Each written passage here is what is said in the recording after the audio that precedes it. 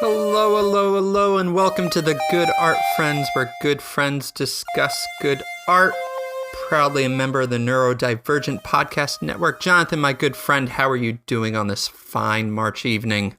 I am tired, but I will tell you why that is actually a good thing later on. Go on. Well, it relates to our episode today. Okay. You have my interest. Yes. Are you going to tell me now, or is that a teaser for later? It's a teaser for later. Okay. Well, now I'm intrigued. I'm going to have to kind of focus. So before we get into that, our topic this month being Daredevil, we're recording just a couple days before the premiere of Born Again. But before we get into that, we got a Miyazaki Minute. I watched The Wind Rises. I gotta say, this was a fascinating one. This was supposed to, Miyazaki seems to have that Jordan-esque kind of ability to continuously retire. So this was supposed to be his last movie until the Boy and the Heron. It was interesting just because I feel like through this last year, you introducing me to Miyazaki, I feel like I've kind of. What would you say are the hallmarks of a Miyazaki movie? Let's see. It's mainly about finding one's self. A lot of times it's about children coming of age, which still counts as finding oneself. But yeah, it's about finding one's self and learning how to adapt to changing environments around you and eating really good food. Okay, that was actually a much more poignant response, so it didn't work like I thought. On a superficial level, I was thinking, magical realism and like old grannies, Yes. And this movie didn't really have either. Yeah, also find you somebody who looks at being airborne like Miyazaki does. Definitely had that. Okay, so this, and this spoiler free, there's just kind of quick, over it. But it's about this engineer who's trying to design this perfect, airplane for Japan. And it had this really cool element of just like creating art in a time and place and setting where it can be misused. So they talk about, airplanes should not be used for war or money, but essentially this is following the story of the dude that made the bombers for Japan that hit, Pearl Harbor. So there was some really interesting kind of moments of just like how you create art and where it comes from. It had the beautiful, like kind of watercolor-esque landscapes. It was fascinating because it was much more of a linear story than a lot of the other Miyazaki that I'm used to. It was beautiful. It was good. I expected it to grapple a little bit more with, the whole war criminal element of it, like that Oppenheimer kind of piece. It wasn't as interested in that, but in a story of just someone kind of trying to create something beautiful that might be used in, malicious ways. It was an interesting one. I liked it overall. So yeah, now there's only a few left. There's now Nausicaä, Porco Rosso, and then there's the one that he did that wasn't actually Studio Ghibli. I don't know if we're including that. The Castle of Cagliostro. So I don't know which one should I do next? I really, really enjoyed Nausicaä. I think that you would probably have fun with that. Okay, Nausicaä for next month. But yeah, home stretch. Almost there. Yeah. All right, so that gets us into some Daredevil talk. So we can talk briefly just about our relationship with Daredevil. As I mentioned, we're recording this before any of the episodes have aired, but then we're going to stop and people can pause if they haven't listened. And then I think what we talked about was coming back after the first 4 episodes. I believe it's a 9-episode season, so that's, roughly halfway. And maybe we'll do a check-in at the end. Okay, we said we were going to do 4 episodes. We're not doing 4 episodes, are we, Jonathan? No, we're doing all of the episodes. Yes, so watch the whole season and then come back. Yes. But first, I'm curious, what is your relationship with Daredevil? My relationship with Daredevil really has just been what I've been able to watch from the series. It's wild. Like I haven't read a lot of the Daredevil comics as far as like the street level Avenger adjacent characters. I really enjoyed reading Hawkeye just because it's, visually captivating. It's similar, yeah. It's fun to read him and also Kate Bishop and their relationship. And it was really cool to watch the Hawkeye series on Disney Plus and to see how that carried on. I think that was in that series where we met Echo before she got her own series. It'll be interesting if she shows up there. Yeah. It'll be interesting if Echo shows up in this series, although don't think so. Really, I'm excited to see carrying on from the first couple of seasons, what's going on between Daredevil and Elektra. Yeah. It's Daredevil's probably my favorite comic book character. I really got sucked in college with Brian Michael Bendis's run, and then I've just kind of stuck with it since then.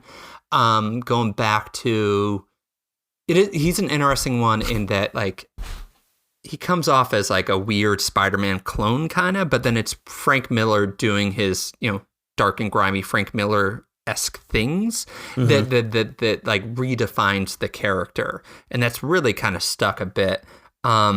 Really, really like Chip Zdarsky's run from the past few years. And it's just, so you mentioned street level, and that's one of the things I love it. And in Chip Zdarsky's run, there's a point where Iron Man calls him a street level, and then he corrects him and says he prefers to think of it as people level. And that's something that I love, that it is a people level character. So you have this incredible character development that I think sometimes is hard to do when you're in these intergalactic. But then it reminds me of X-Men a little bit, where X-Men, it's either this like grounded, like the mutant metaphor, or they're doing like weird funky stuff in space. Daredevil is this like people level, just like crime boss, or it's the Hand, and like in Zdarsky's run, he's like traveling into hell to like reclaim souls and stuff like that. Normal Catholic guilt stuff. Yes. So it's, I really enjoy the character. I think, part of us being I feel like it's the most neurodivergent of characters. I love when they lean into just the sensory overload, because this dude, everything else is ramped up. So like in Born Again, the Frank Miller run, there's a point where he's been like ruined. He's in some grimy hotel and everything just feels like nails on a chalkboard on all senses. Same thing in Zdarsky's run. There's a point where he's really got himself into prison, and just the overwhelming, like everything is too loud and smelly and scratchy and all those things, which, I relate to. Do you have sensory things? I don't really. Strongly. Yeah. For me, it's mainly audio, which relatable to Daredevil. Quick tangent here. I saw some fan art. I'm pretty sure it was a fan art couple of panels. And it's Daredevil just hanging out on, a parapet or whatever. And Spider-Man comes swinging like by. A gargoyle.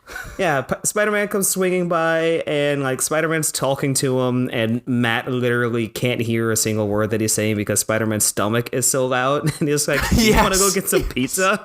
And it's like, how did you know? It's 100% like, once things get too loud, it's when I kind of just stop moving. And when I say too loud, like I enjoy concerts. I love going to concerts. I have a few shows that I'm lined up to go to. I go to a lot of hockey games, especially playoff hockey games that I've gone to. It gets up to 120 decibels. Like it's been registered that I wear earplugs to those games. Yep. And that's fine for me. What happens is if I'm in an environment where like if I'm hanging out at a family function or something, and a TV is on and there's 3 different conversations that are happening, I am hearing every single one of those conversations.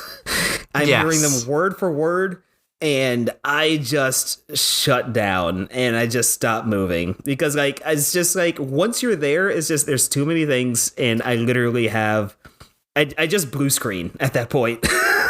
Yep. That is a great description. I do a similar kind of thing. I get the sensory overload, and the more tired I am, the more susceptible I am, and it is, for me, it is that kind of shutdown. Just stop emoting. Just like, I cannot process any of this. Reboot. Yeah. So yeah, us and Daredevil. Just, he has a few advantages that we are lacking. I'm excited because apparently he's going to wear the gold suit in this series, maybe? Yeah, I'm not sure. I've been when there's something I know I want to watch, I'll watch like the first trailer, but then that's it. So he did wear the yellow suit. He popped up in the She-Hulk series as well. And he wore that like the old school yellow and red one there. I don't know if he'll do it again. I'm not sure. In the old Netflix one, they took him out of the red suit a bit. In season 1 and season 3, he's almost exclusively in that like black sweatshirt and like head wrap kind of thing, which looks cool. But the suits are cool. No, and actually I have a question. So in terms of what we're looking for here, so on a brooding scale from 1 to 10, 10 being like, Elliott Smith level, 1 being, I don't know, what's the most frivolous musician you can think of? JoJo Siwa before she went off the rails. Before she consciously tried otherwise. Okay. From the JoJo Siwa to Elliott Smith brooding scale, where do you want to see Matt Murdock? Where do you want to see Daredevil? Because sometimes they play him like straight 10. She-Hulk, they gave him a little bit more kind of silliness and things like that. Pre-Frank Miller, he was much lower on the JoJo than Frank Miller. He was straight Elliott Smith. Where do you want to see Daredevil in this iteration? I feel like they're going to place him somewhere around like a 6 or 7. Because there were a few times where like they let him get up to like 8 or 9, and then Foggy was just like, get yourself together at this point. And then they just wouldn't let him be insular and just full emo broody all the time. So like I think he'll probably dial in at about like a nice 6 or 7. That's where I think he'll be. With the fluctuation, and that's what I'd like to see, fluctuating between that like 5 and 10 with that Catholic guilt and all those kind of things there. So I want to see that. And I do want to see them. There's something, because the question, this is not Netflix anymore. So how much is it going to be different from Netflix to kind of Disney? I do want to see them play with questions of faith in a deep and profound way that they did do on the Netflix show. There's a beautiful monologue where he talks about like,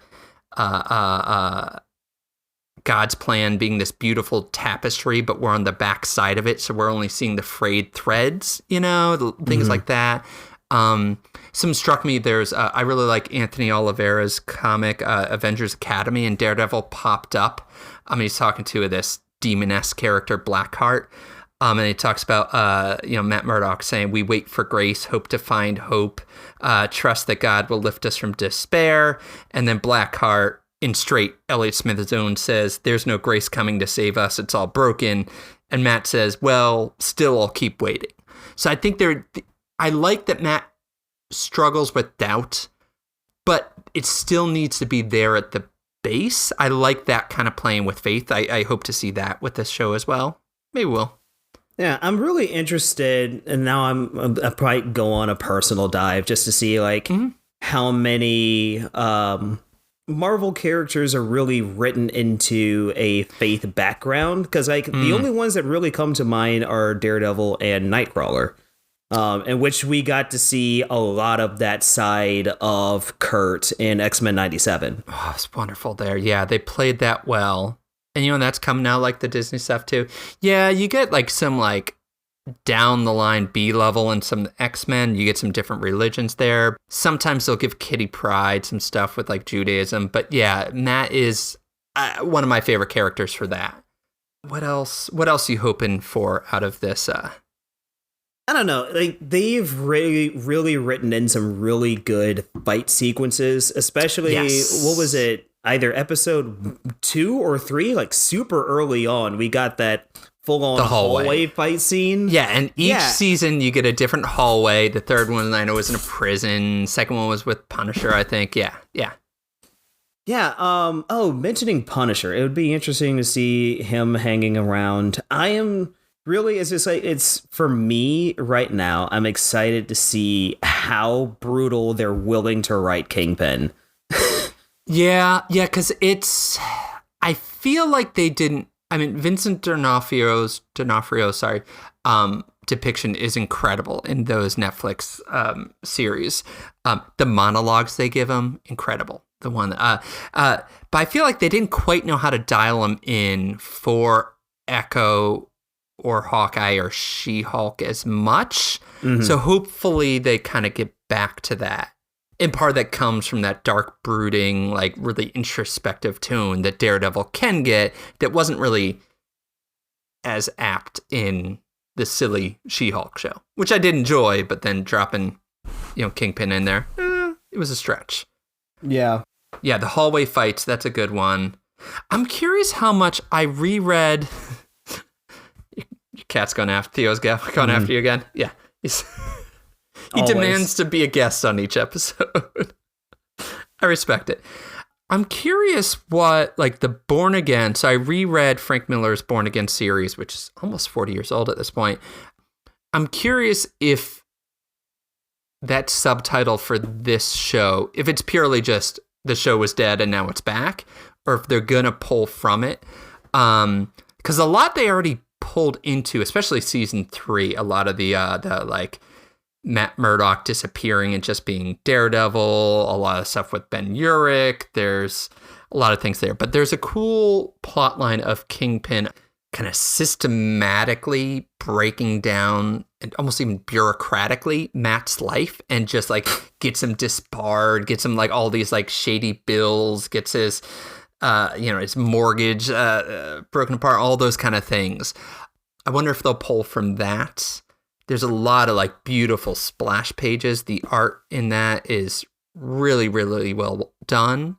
And also there's just, spoiler for a 40-year-old comic, but there's a great cameo from Captain America towards the end. And I wonder if they'll have more cameos now that it's not just the little Netflix corner, if they'll be able to pull in other things from Marvel that we might not be expecting. I don't know with the Sony license because there's always been a big overlap with Spider-Man and Daredevil, I mean, Daredevil was Kingpin was originally a Spider-Man villain, It wasn't until later that you get him with Daredevil. But yeah, I'm curious if we get some cameos. I'm curious what the level of connections with Frank Miller's story is, or if it's just a cool title. Yeah. And I'm interested to see just what full conflicts Matt will have throughout this one. Because, the first couple series is mainly just him being a lawyer and also just trying to get to the bottom of whatever Kingpin is doing.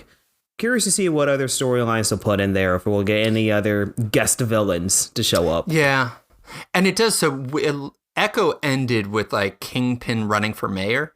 And that was a run in the comics, the Devil's Reign kind of spot there. And it was really fascinating. And then as mayor, he starts kind of going after these, quote unquote, mass vigilantes.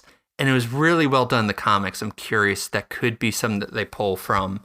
And in general, I just want to see that take on systematic violence and the idea, like there's this cool, I think I have it saved one second, this great panel from Zdarsky's run, it was issue number 8, where 2 crime bosses are talking about Kingpin as mayor, and one says he gave up his criminal empire, went straight, divvied up his criminal empire. He figured out crime pays, but only to a certain point. If you want to really have money, to really have power, you need to be evil, and that you need to do it through the system by like perverting and corrupting the system is kind of one of the take there, that he can accomplish so much more. He can take so much for himself as mayor than he could as like a crime boss. And that's something, I mean, it hits a little bit harder now in this era and what's going on through the system. Yeah. That's something that the Netflix show really did well, like Foggy believing in the system and Matt thinking like, screw it, I have to solve this as Daredevil. So I'm excited to see how much they play with those elements.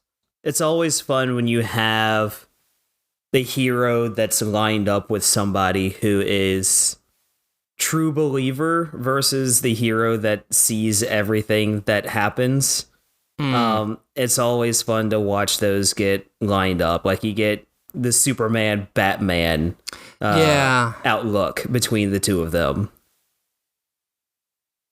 Yeah, and that's, on the podcast X-Ray Vision, they did like the D&D character sheets for some of these, and they talked about like Matt Murdock being lawful good. Like he believes, even when he has doubts, he believes in rules, be it like rules of the court or rules that, with his faith.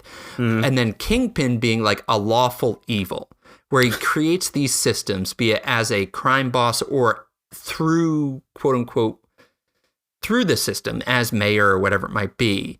And those rules matter for him as well. And I think that's part of what makes them such a fascinating pair, Paladin versus dragon.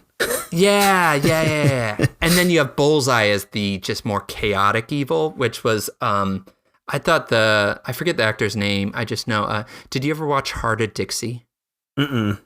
So the character is, it's this like kind of quirky, like love storyline. And the actor from that was played Bullseye and played him really well. Again, he was Wade from Heart of Dixie. And he's apparently coming back for this season. So I'm excited to see him again because he's a good villain in the comics and all those kind of things. Yeah. Bullseye, I am excited for that. Yeah. So yeah, anything else that you are hoping to see before we tune in our time a day or two? I just really care about good fights, and just watching Daredevil be great. Yes. Oh, what was the teaser? You said you were tired for some. Oh yeah, I am absolutely shellacked right now. But what's so cool about this is when I get to the other side, I am just going to veg out and watch Daredevil. Yes. Perfect. And that's a great note to pause on for now. So yeah, you are going to get through these next 2 days, get those things turned in that we were talking about before recording. And then we got a couple episodes of Daredevil. Listeners, you watch the first 4 episodes. Nope, not 4. Watch all 9. They're worth it. I promise. Back to the show. And then listen to the second half of this, where we'll talk about the, what we've seen out of Daredevil Born Again so far. All right, you ready? I'm ready. You got this, Jonathan. All right, I'll see you on the other side.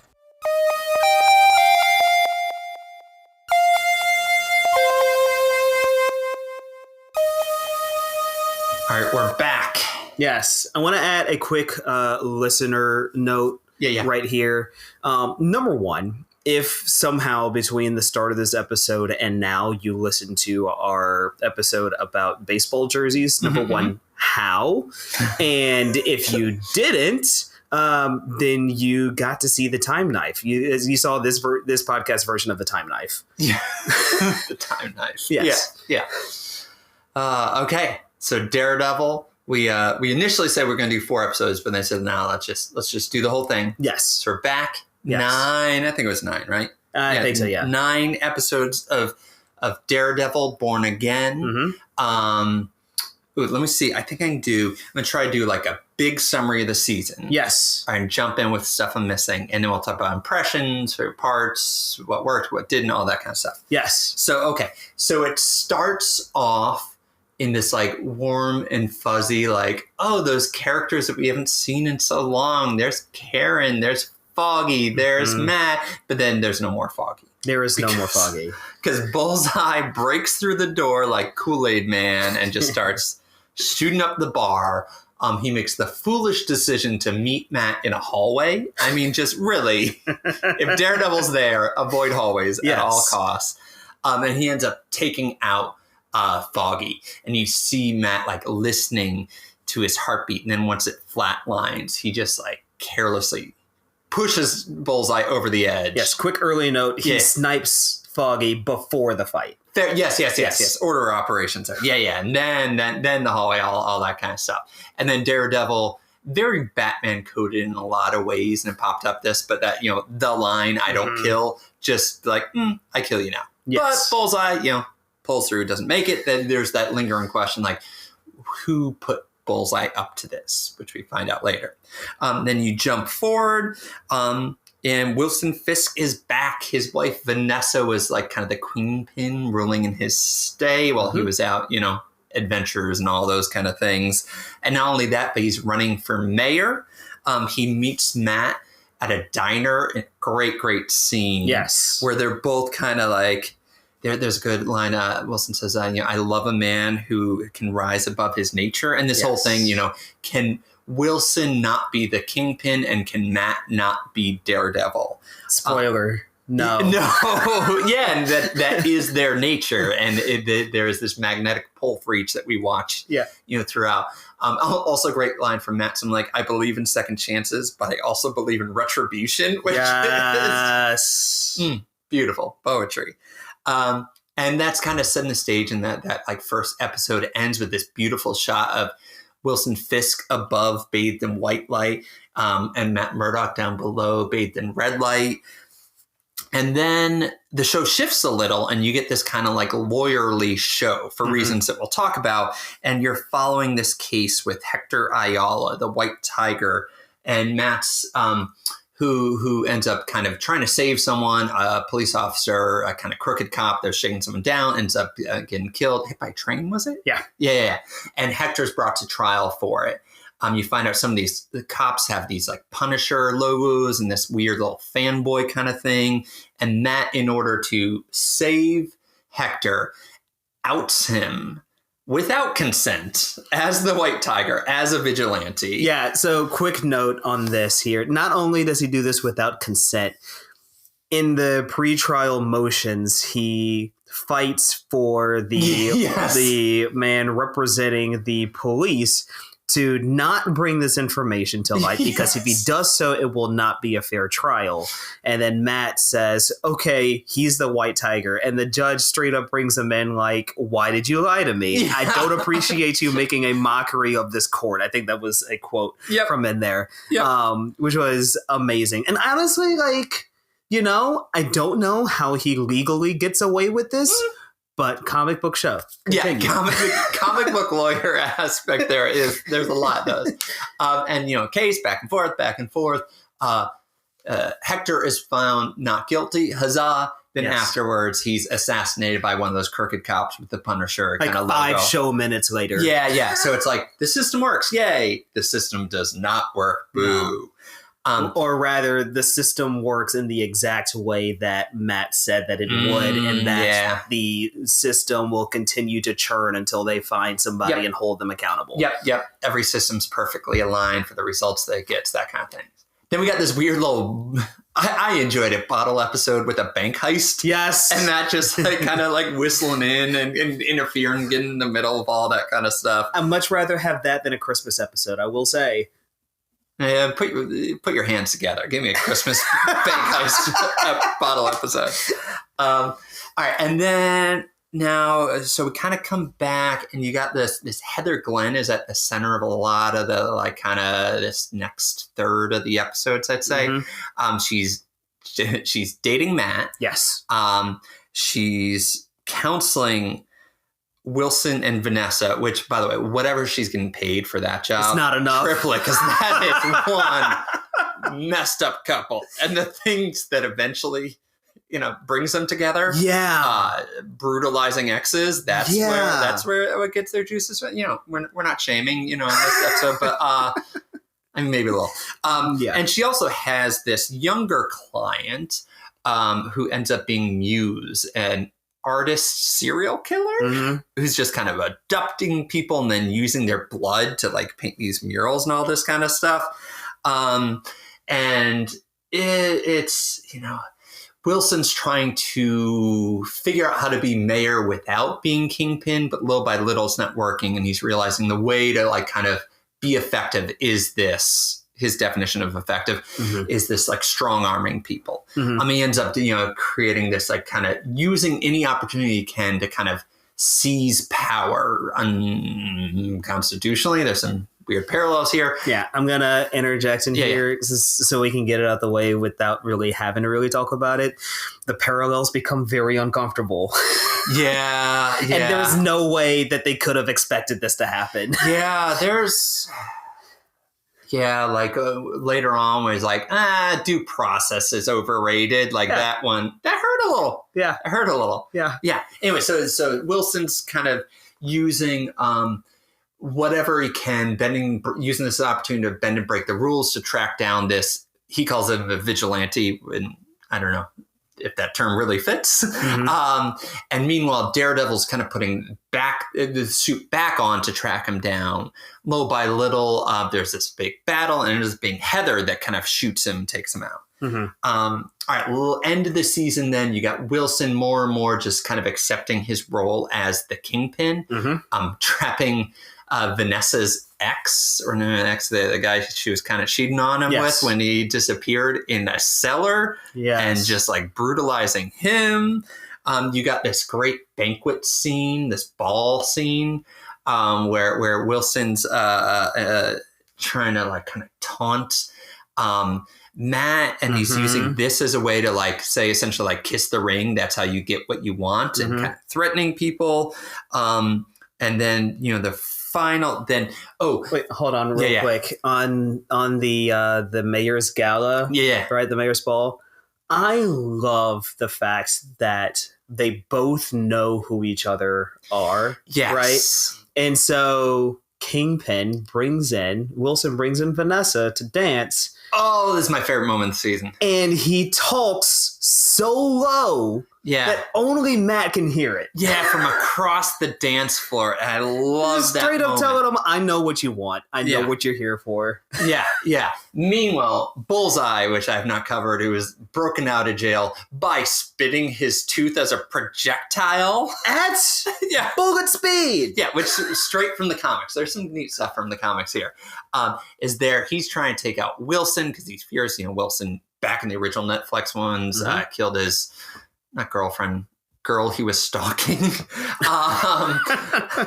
And he's taking a shot, and Matt dives in front, takes a bullet for Wilson Fisk of all people, which brings us to the last episode.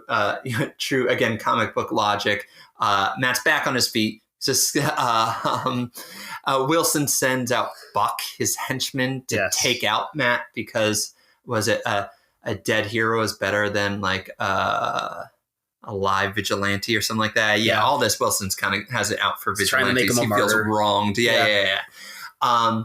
And Punisher shows up to help out Matt. There's this brutal scene in Matt's apartment where they're fighting off, all this army of crooked cops. They escape. Punisher ends up getting taken captive by all his fanboys who just want him to join the club, and he just kind of berates him for that. Yes. Matt's about to get himself killed when Karen Page pulls him back and says, no, this isn't how you do it. We need to be smart. Season kind of ends with, Mayor Kingpin with the Queen Pin by his side in Red Hook, this kind of like essentially turns out like Pirate Island, land of no rules. I was sitting here trying to remember that there was something in my head, and this is also comic book logic. And I was trying to remember what it was after I talked about him being a lawyer. Red Hook. Yes. This is comic book logic. 100%. Like just one piece of old parchment just sitting in their office that doesn't exist anywhere else. No one knew. Who knew? There's a part of the United States that's not part of the United States. You can make it your own city-state there. Yes. And so, and it is a little very what's it called in X-Men? Madripoor-ish. Yeah. The Kingpin has this little fiefdom where no one can stop him, and the government's just got to be like, shrug, and ends with Matt saying, like, okay, we're going to need an army. And it's showing like a few cops and a few of the other people, but hopefully you get some other people. Mm-hmm. Okay. I know I left out a lot there, but generally speaking, that's summary. That's what you missed on Glee. Yeah. Nice. What were your overall thoughts? My overall thoughts was I really enjoyed what they did with Matt specifically. Now, I have to go back and watch the original series because I can't be like, oh, it's nice that they did this here and that they didn't do it in the first series. It's been a while since I've watched it, but I really enjoyed them focusing in on Matt and him trying to figure out what it means to be a hero. Now, the thing is that, like, with all of the comic book stories, all of the superhero comic book stories, especially in Marvel, you learn about the consequences of being a hero. Like every time you read a Spider-Man comic, especially Spider, right? Uncle Ben has to die, and then Spider-Man, not an ultimate. True. But yes, that is one of the rules, yeah. Right, but then Spider-Man has to do something that's too far outside of himself, and he has to learn what the consequences of that are. Yeah. And Matt gets the consequences in a way that really is kind of unfair, but it is what it is in the writing of it. And I really enjoyed the way that they wrote him trying to figure out what to do when his guiding star changes, right? When he's fighting against himself to not be Daredevil. And especially, like, we really only see Frank, twice, right? Yes. We see him the first time when he shows up, and I don't know what it was about it, but it really hit when he shows up at Frank's domain bunker. We'll say it really politely that he doesn't closet. I don't know where that he doesn't live like a doom prepper, right? Yes. But when he shows up there and he's just there talking to Frank, and Frank's giving him what for, because that's just how Frank operates. Yeah, those are wonderful. Yeah. And Matt's like getting upset and going to walk away, and Frank hits him with I think you came here because you wanted permission to be Daredevil again. Yeah. And I don't know why that really hit me, but it's just like, it was one of those things where, like, you watch Matt in how he's just fighting to be the best version of himself, and he doesn't know how. Yeah, because they're the two sides of that coin, and both are about justice, but Lawyer Matt being justice within the system, and Daredevil Matt being justice outside the system. And especially in that's... And, we didn't hit it in the summary, but there was that episode where the dude got, like, arrested for stealing some, like, what was it? Fiddle faddle, and caramel they start to kind of pick out of the just, like, privatized prisons and all the ways in which, Matt thinks he's doing him a favor, but the system has failed him. Right. And Matt needs, or at least he thinks he needs, that part of him as Daredevil to find justice when things slip through the holes in those systems, and there's this kind of completion. Likewise, Wilson Fisk is trying to see if he can do the things that he wants to do, whether or not he truly believes he is making the city better or not. I'm not sure. Without, within the system itself, by bending the system just as mayor, and little by little, he also knows that, like, no, I need to, and I think the most grotesque scene in all of the MCU, rip a man's skull in half. No, not rip. No, he squeeze like it's the squeeze and pull, squeeze and crush it like a pumpkin. Yeah, and then rips off the jaw, which was oh my god. I was not prepared for how all out that final episode was going to be. I texted you and I'm like, have you watched this yet? Yeah. And I thought about saying, be prepared. I'm like, no. There's no way I can tell you this. You just have to see it. What are you going to tell me? Like, watch American History X? And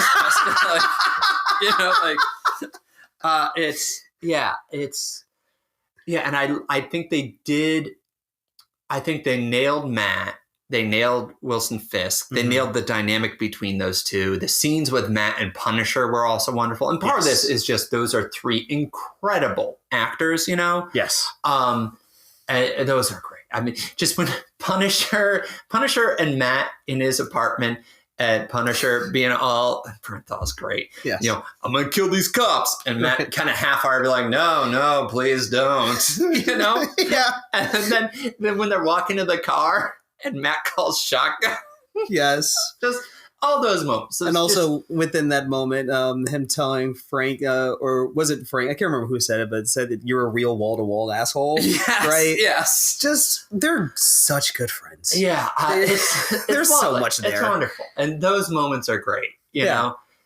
What did you think? A lot of the discourse has been about, they started work on the show ages ago in a way that it was going to be separate from the original Netflix one. Right. And then time went on. They're like, ooh, we got to shake the Etch-a-Sketch. But it's one of those old Etch-a-Sketches that only half the picture disappears. So they're like, we'll just fill in the dots. Yeah. So essentially, any scene with Karen or Punisher, or actually Vanessa wasn't available there. Mm-hmm. So any with them, and then any of the plot lines surrounding those are going to be new. Episodes 1, 8, and 9 were brand new. And then the others was, to some degree, the original stuff. Like the actor who played Hector Ayala sadly passed, and he was wonderful. But then with other stuff kind of layered on, you know, a lot of Wilson staring out windows poignantly, a lot of that. What did you think about the kind of the mesh together, the muleness of it, the donkey and the horse brought together? Yeah, I think it's a product of where we are right now in an entertainment industry post-pandemic, and you know how we've had to, like, a lot of companies had to be really flexible in how they shoot, and we've also changed how shows are made and how shows are greenlit and how they're released and all of that. So like, it's understandable. And then like, this is just kind of been Marvel's MO recently. They're just like, we're going to reshoot everything. And we're going to rewrite everything no matter when we said it's going to come out. Yeah. And you know, that's an interesting, I feel like there's an intriguing parallel with Captain America Brave New World. Yes. Which I found entertaining, but kind of a mess. Yeah. Like this one, there were times in which you could see where it was kind of spliced together, but I would say that this was not a mess. There are times when it's like, I can see, you know, how it didn't quite piece back together because it's two separate shows, years apart. Yes. But I thought it worked pretty well considering, and it made me excited for the second season where theoretically would be much more coherent and cohesive. Yeah, and they've also set them up for just so much chaos, like Bullseye's free. Yeah. Now, it did leave me feeling a little bit like this was a mid-season finale. Yes. You know? That's what it really felt like. Yeah, you know, like, okay, it starts with Wilson being like, no more vigilantes. And then it kind of ends with him saying, officially no more vigilantes. You know, all this, it's so a little bit like 1A, 1B, perhaps it'll feel like, but I'm okay with that. I'm intrigued. I'm excited. There's going to be a kind of special one-off kind of thing with Punisher. We didn't do the summary, the mid credits. You stayed for the mid credits scene, right? Yeah. Him just talking to that Jersey cop, be like, stick your not even stick your hand in the cage. Just like, get close enough. Yeah, like, oh, come on, buddy. You should have known better. Yeah. This is the Punisher. Yeah, that's capital what T, it says on the P. pin. You know? Yeah. It's overall, I liked it. It was fun. Any time with those characters is going to be lovely. I want to transition into talking about the Wilson side of the show by talking about we can't talk about Daredevil without talking about Catholicism and religious iconography. Yes. So like we have the scene where Wilson is having the conversation with Vanessa, and he's talking about how I want to run for mayor and I want to do this the right way. Yeah. And the way that he's sitting, he's got the light above him, but it's a ring light, so it looks like he has a halo. Yeah. We have that, of course, episode 1, which honestly I can't believe. Well, he wasn't Daredevil. He was only Daredevil for like 3 episodes in the show.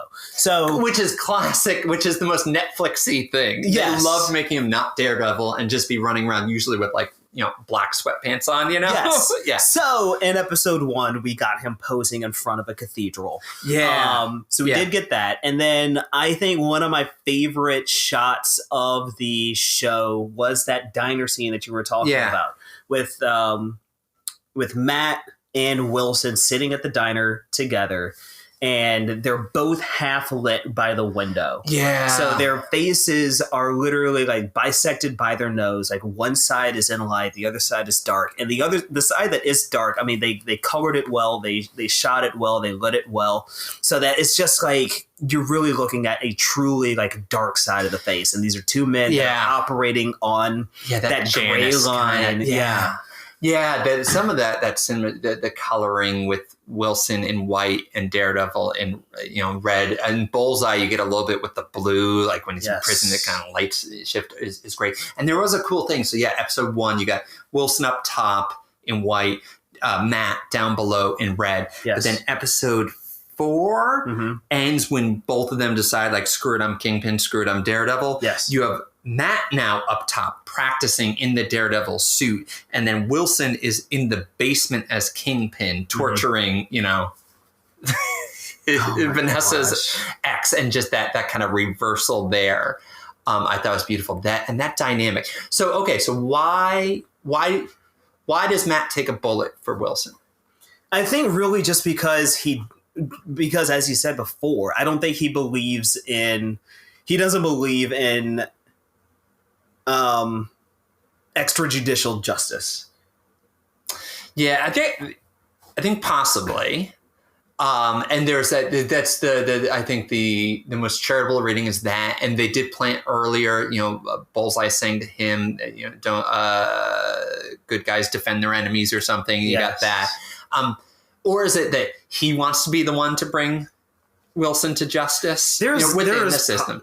Possibly also that, but I think it's also just like, he saw it was, I think, really just like the hero in him just kicked in instantly. Yeah. And it's just like, oh no shit, something's gonna happen. I gotta be the hero right here.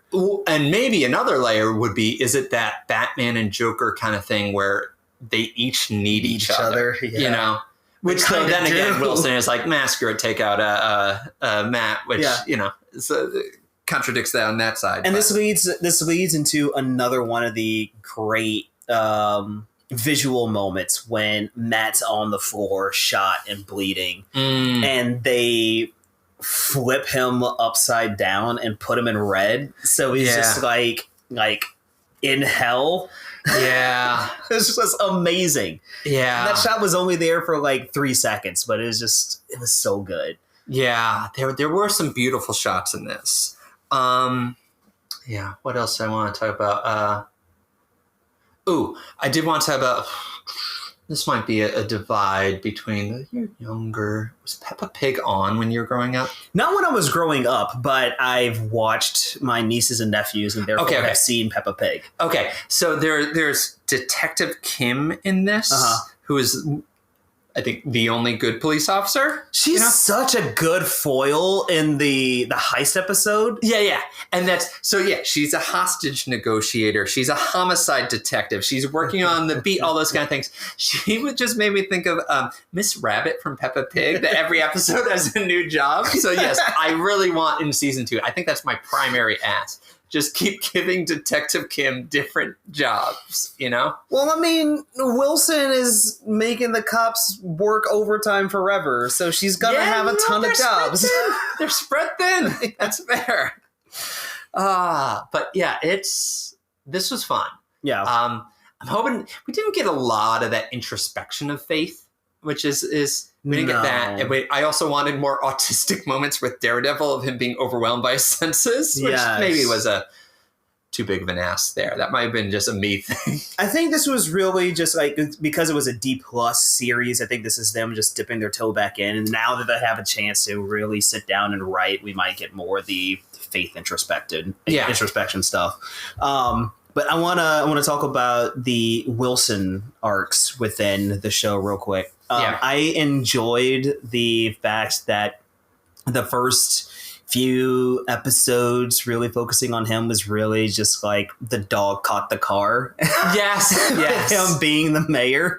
Yeah, because and there's those two like kind of like fundraiser scenes. The first one he's trying to do it just as the dog caught the car, and all these rich people are like, "Screw you, you petty criminal." Yes. And then later, when he figures out how to get them to bend the knee, Yes. Oh yeah. Yeah.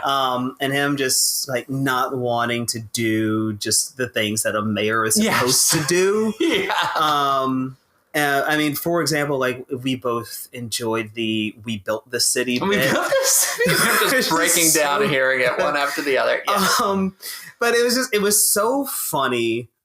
Just him at the grade school hearing this kid sing "We Built the City" with just like the softest stone face that he could. And then when the teacher said, "We have another song for you," "That's great. Thank you. But I have to go."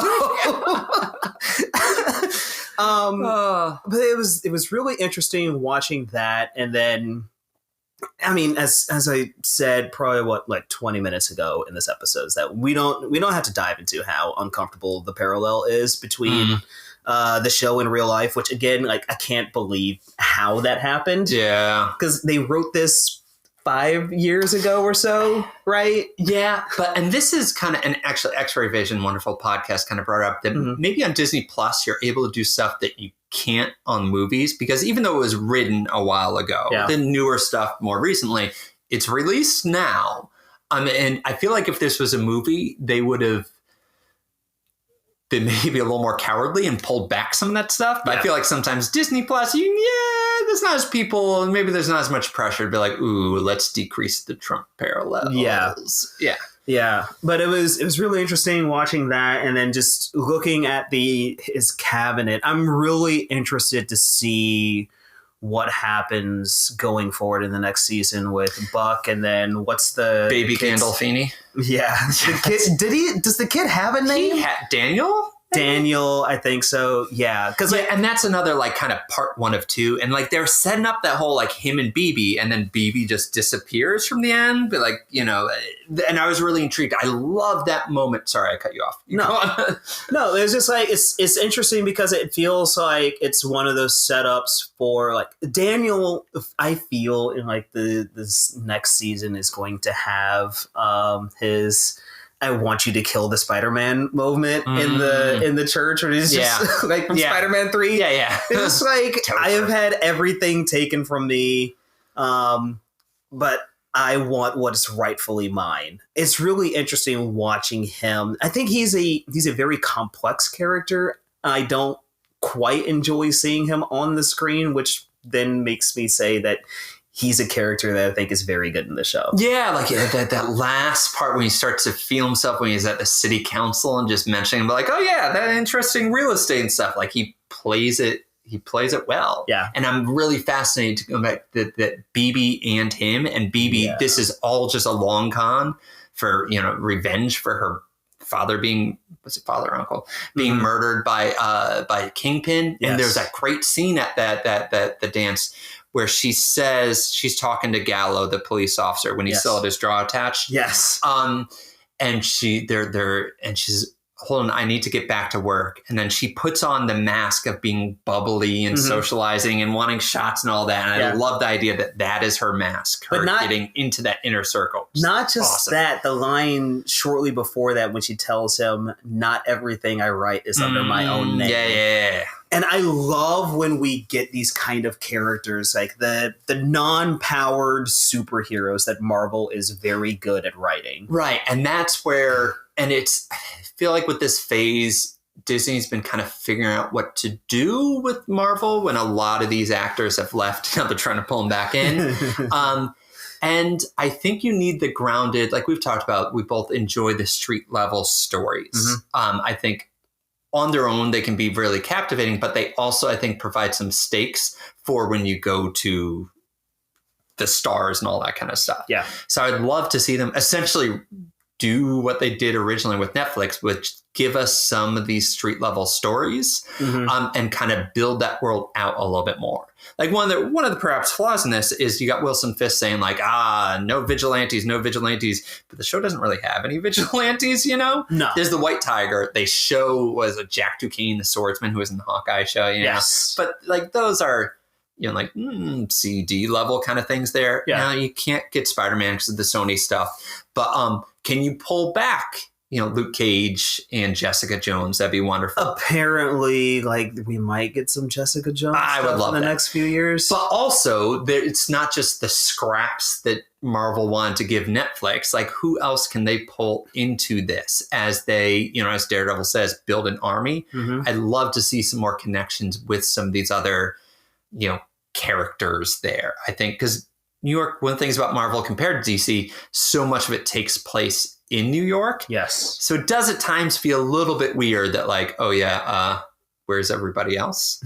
So maybe we can get that a little bit more in the second season when they have the time and space to kind of play around. And it's not just lawyer case of the week like they were originally intending for this. All right. Any other thoughts on Daredevil Born Again? Man, so good. Yeah, So it was good. fun. It was fun. It was nice having those characters back in our lives. Well, you know, not Foggy, but other than that, yeah. Poor Foggy. Too soon, man. Too soon. Okay. All right. Yeah, that's our Daredevil coverage. And what do we have next month? Next month we are getting back to the books. Yes, it's The River Has Roots by Amar El Motar. Neither of us have actually read this. It's a novella, epistolatory novella. It's only like 130 pages, so it should be a quick read. And we should say that the author of this wrote or co-authored This Is How You Lose the Time War, which we both loved, which is what led us to kind of pick up this book. We haven't started reading it yet, so as normal, you know, first part will just be spoiler free. And then we'll give everybody a chance to read it. Then we'll come back. All right. Anything else on your mind before we wrap this up? More Daredevil. Can't wait.